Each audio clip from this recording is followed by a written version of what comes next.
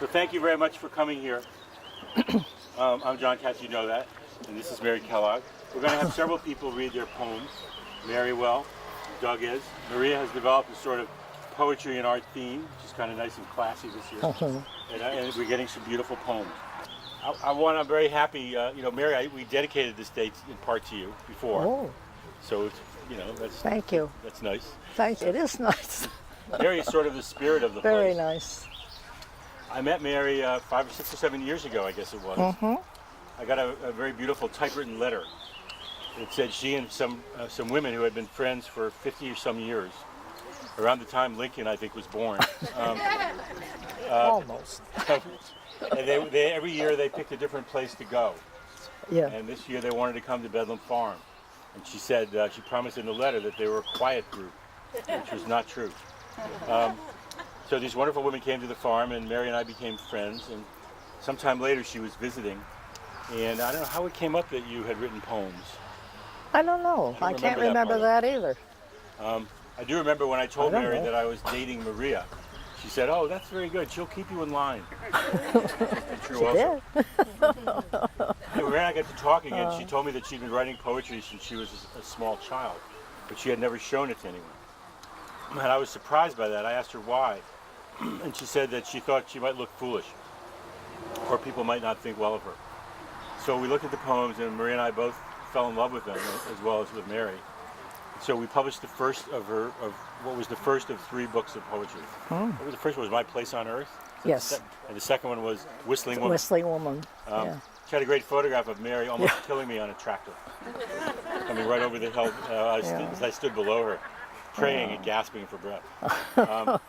Mary lives on a farm north of here. It's a 30-acre farm, in which she lives there by herself. Her husband Dick died some time ago, and she cares for it pretty much by herself. I asked her the other day I have help. I have some help. My kids are good. Kids are good. She still mows it by herself. But I like to do the mowing of the around the house, and as far as it's. Excuse me, I'm telling the story. Oh. There's just too many strong women around here. You ain't got a word in edgewise. I'll let you know if I need any help. Okay. So we published Mary's book, and all kinds of praise, and she sold a lot of them. And today is the publication date of her 3rd book, which is How We Dance. And I always think, sometimes I thought, well, Mary may get sick of doing this, but I think there are probably a lot more books coming, I have a feeling. I know. We'll see. And this is another beautiful book. Mary really is not especially nostalgic, but she draws from the past and connects it to the present. And Mary is one of those people who lives life as she wants to live it, and not as people think she probably should live it. I think I was saying before, one of my first exposures to Mary, I started calling her when the weather was bad, asking if she needed anything. And she'd say, "No, dear, I'm fine." And then one day during a storm, there was a knock on the door, and Mary was standing there with a bowl of soup.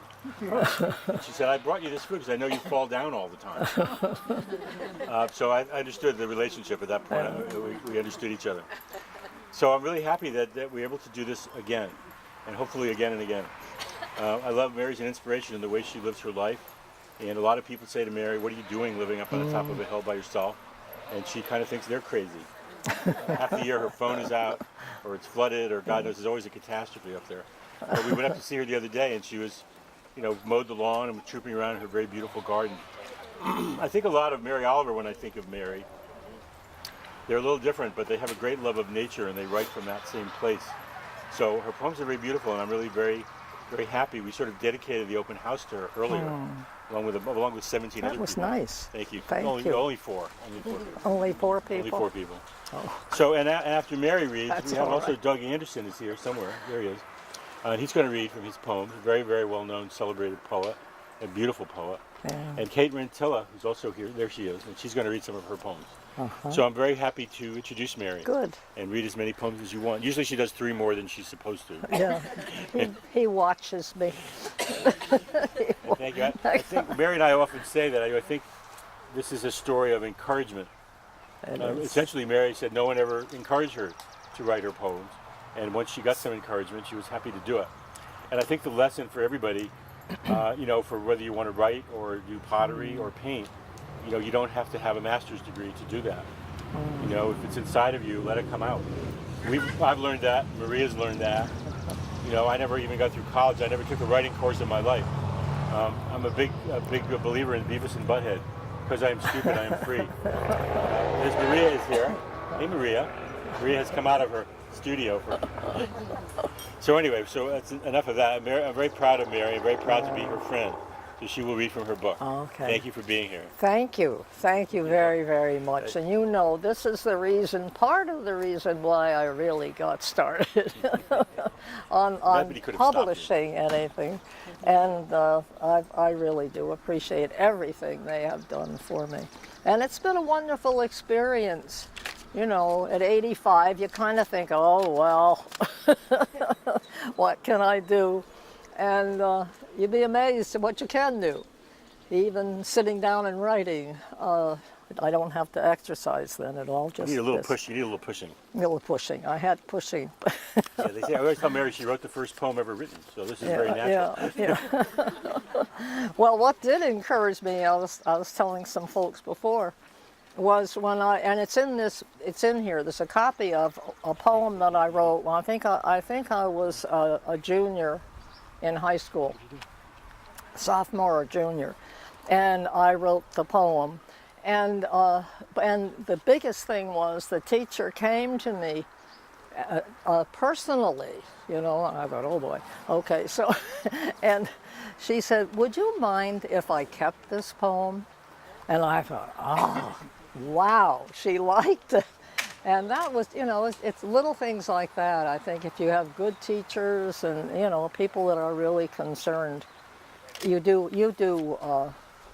do what you want to do and do it well, and it suits you, and then you're happy. And it helps me to be happy. Okay. I think you might be wondering what how to dance means, and this is what I came up with. I've got to put the glasses on. There's everything. There's hearing aid, glasses, no false teeth yet. And my teeth are fine. Okay. It's Dance of Life. We are born. Can you all hear me if I stand this way? Are you all right? How about this guy back there? Okay. We are born with one desire, to suckle at our mother's breast warm, fed, loved. Discovery follows, step here and step there, searching, seeing expanse around us, our bud to sprout, spring to dance. Question, how to dance? Within the frame, step within sight, where walls are high, feet tangle, dance of life is full. Dance now with the final curtain drawn close behind you. Collect your loves, dance together, cherish the prize. And that's that one. That's my thoughts on life. Thank you. I love this picture that Jon took, it's in the middle of the book. And on approaching age 85, well, I'm already there, but but I just want a little blurb here. A date, a birthday date, not exactly a milestone, rather a style to climb over. And you all know what a style is. Last spring, there was a beautiful family of cedar waxwing that had just obviously just got out of the nest. And that inspired me. And this is what I wrote about the cedar waxwing. Cedar waxwing dance with baby wings. Birth seems long ago. Now, exuberance of playful children landing giddy on the thin birch limb, testing their newfound freedom. Sweeping again to the cattails to clutch the mop heads, rock in the cradle breeze. Their flight so low stirs the pond, ruffles the water, sweeps the tall grass shore. Their song of secrets whispered to one another. And it did sound just like they were whispering as they went across the pond and they fly back. And it was a lovely time to do that. And that's where I found that inspiration. Many people that have read some of these and have said to me they like this one very much. That I've had other folks kind of look at them first. And this one is called My Neighbors.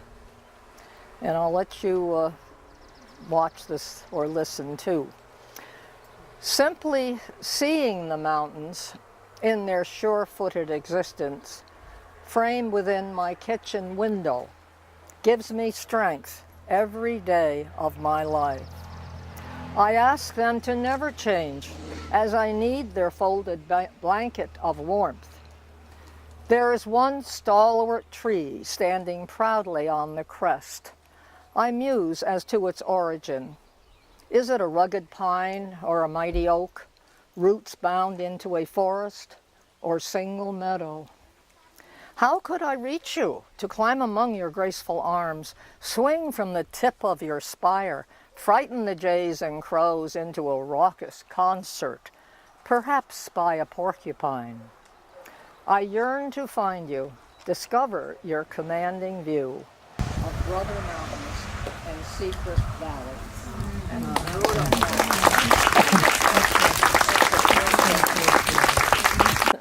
okay, walking for water. This is kind of something I thought after.